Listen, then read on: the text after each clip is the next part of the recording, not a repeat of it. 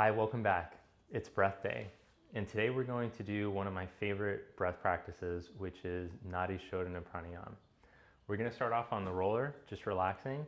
Now it's important when we're doing this pranayama to remember to keep yourself as calm as possible, to keep the shavasana state that we start with. As soon as you feel your nerves keying up and your body tensing, that's a sign that you're doing too much too soon. So often in pranayama, we'll get excited about these various techniques and we'll go after more advanced techniques in pranayama and breath work.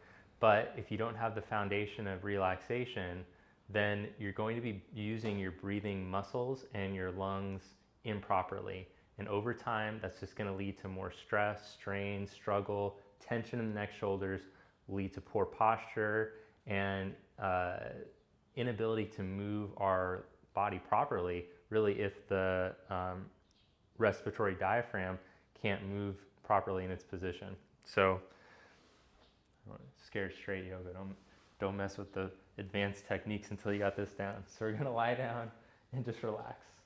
Most important part of the pranayama is getting yourself to relax first.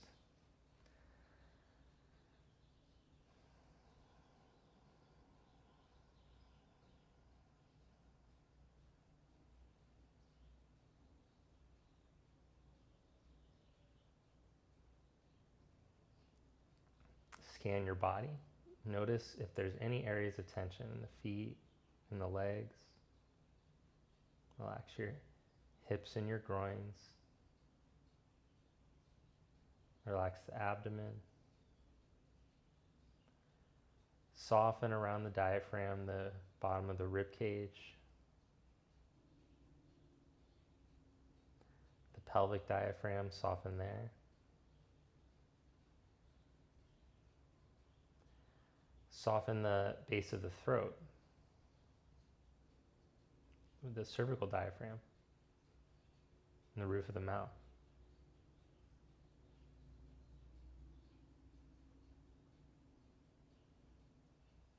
Soften the crown of the head.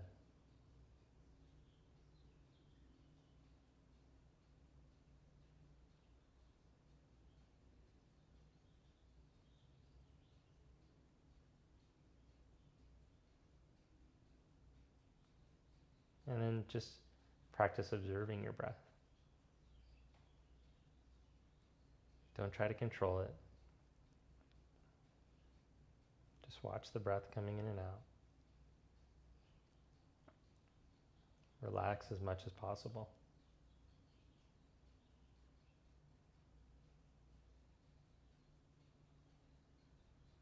Soften the eyes. Soften the inner ears and open the inner ears to help cultivate an inner listening.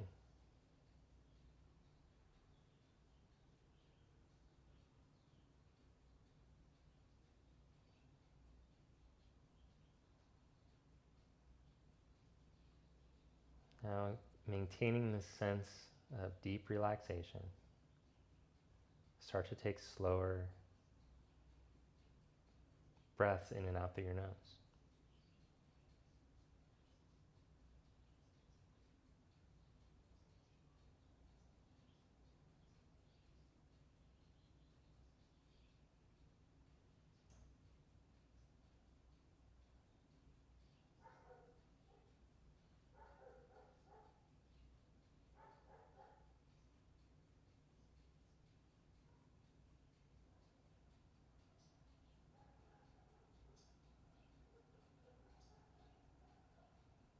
And you can start to layer in the ujjayi practice,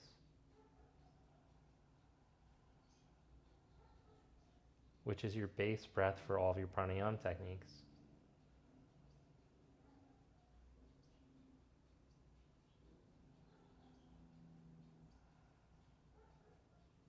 Make the slight constriction in the back of your throat so your breath makes sound, but try not to strain any of the diaphragms to do this.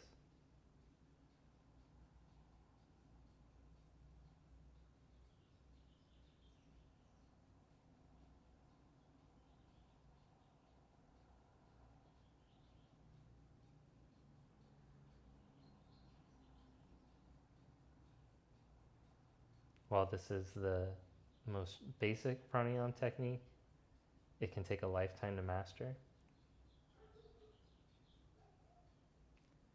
And regular practice gives us more depth into the technique.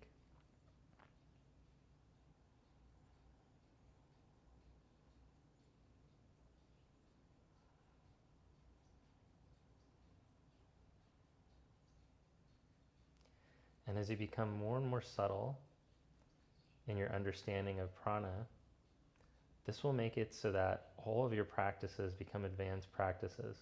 So I'm always confused when people will tell me like, oh, I finished that video, or I can do everything in that video, I'm good, I need to do more. To me, it's a lifetime of practice, even just triangle pose. I will practice triangle pose forever because I'm always getting new insight every time I practice, through my pranayama practice, through continuing to try to learn more about the body.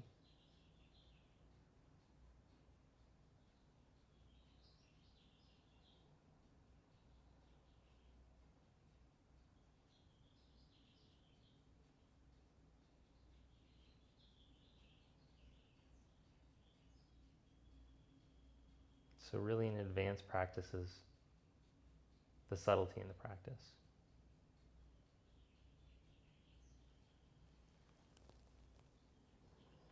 Now slowly roll over to your side and we'll come to a seated position. You could stack up some cushions or a block, what have you.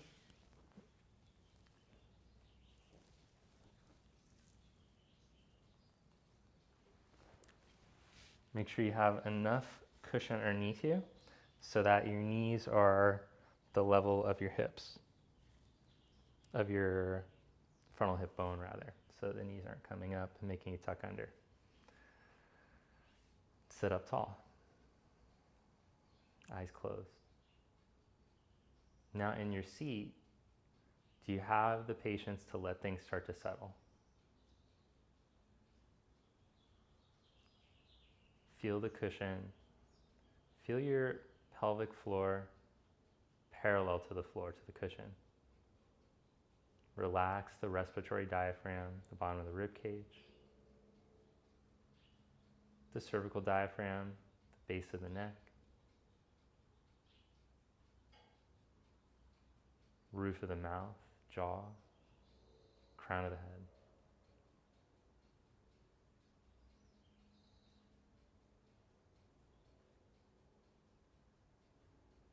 Once the asana or the seat is perfected, then the breath work can start to happen. But until you've mastered sitting up straight without straining, the pranayama should just be done lying down.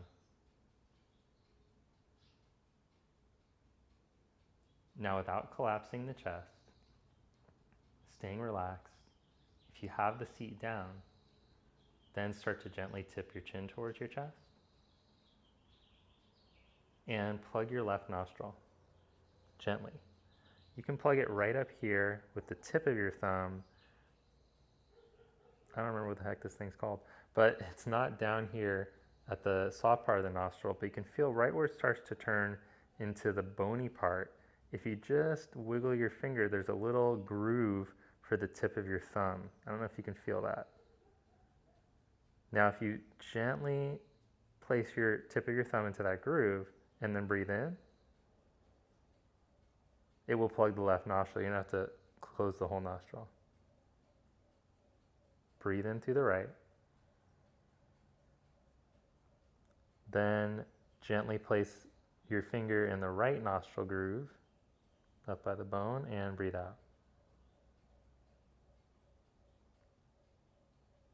In through the left.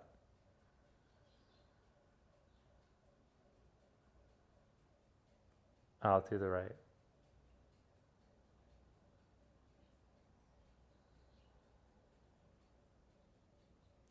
In through the right.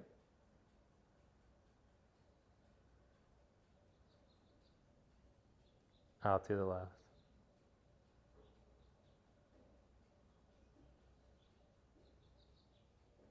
In through the left.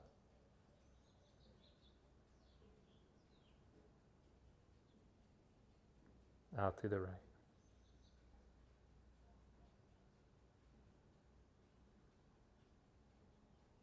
In through the right.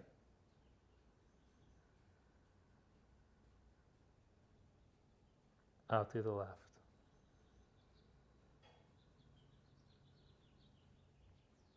In through the left.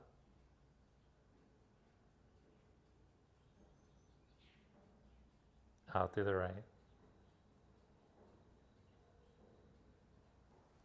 Lower your hand. Keep your eyes closed. Gently level your chin.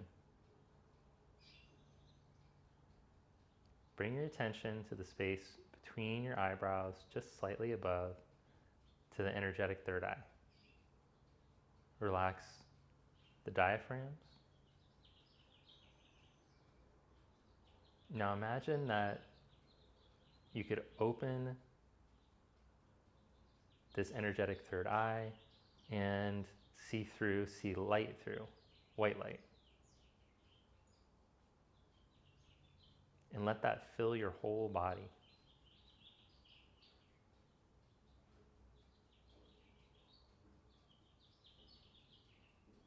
Notice the feeling in your body after having done the Nadi Shodhana, alternate nostril breathing.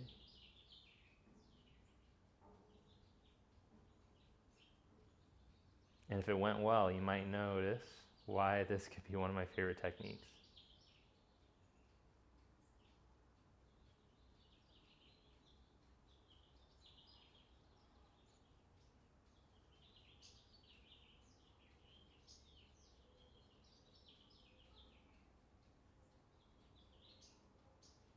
Gently open your eyes. Thank you. Namaste. So the last thing that you should know about the Nadi Shodhana pranayama is that the classic hand mudra, and by classic I mean one guy decided it was the way to do it, so then that became the way. So anyways, the classic way, I don't know. But how I was taught was that I'll come up close to the camera so that you can see, your index finger and middle finger, well, if you look at the base of your thumb here, you can see that there is this groove, that's called the mound of Venus. So you're going to try to curl your index finger and middle finger right into that groove, and then join the tip of the thumb, tip of the ring finger, tip of the pinky finger, and put a gap in between them like that. Now it took me quite a while to get my hand to be willing to do this. And then the thumb goes into the groove in one nostril, and I'll show you that spot I was talking about. Extreme close up. So you take your thumb right into that groove, and then the other fingers go into the groove on the other side. Now, these fingers are mimicking the size of the thumb. That's why you put the gap, is because it helps to give you the same. If they're together, it goes wider. If you go separate the knuckles, then the tip of the fingers goes narrower to mimic the thumb. So that is the mudra, the ideal mudra to be doing. You got it? When we do the Nadi Shodhana pranayama. So if you want to work towards that, then it's a noble effort to try to work towards that. What's going on now? Just try the hand thing. Let me know how it goes. To teach my hand to do it, I tied a hairband around these fingers to keep them curled in for a long time, and I put a little cork with another hairband on these ones to get them to be willing to do that, and then they were willing to do that. Finger crutches. All right. See you later.